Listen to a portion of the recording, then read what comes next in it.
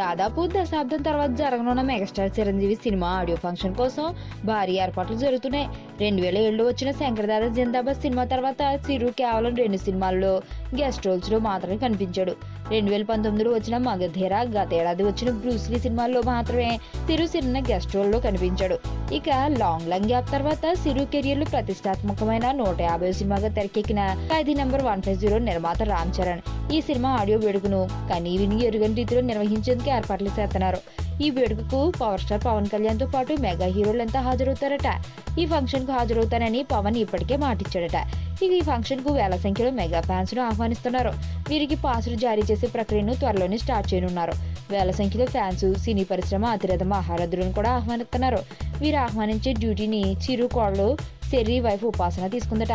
ఇక గచ్చిబౌలి స్టేడియంలో వేదిక ఏర్పాట్లను కూడా ఉపాసన స్వయంగా పర్యవేక్షించనుందని తెలుస్తుంది. ఇప్పటికే మెగాస్టార్ తో పనిచేసిన దర్శకులు, నిర్మాతలు, హీరోయిన్లను ఆహ్వానించే డ్యూటీ కూడా ఉపాసన తీసుకుందని టాక్.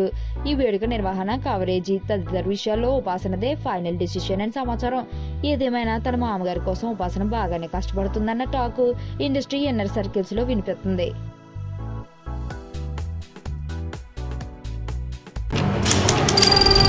నీ స్నేహితుడు ఎవరో తెలిస్తే నీ క్యారెక్టర్ తెలుస్తుంది. నీ శత్రువు ఎవరో తెలిస్తే నీ కెపాసిటీ తెలుస్తుంది.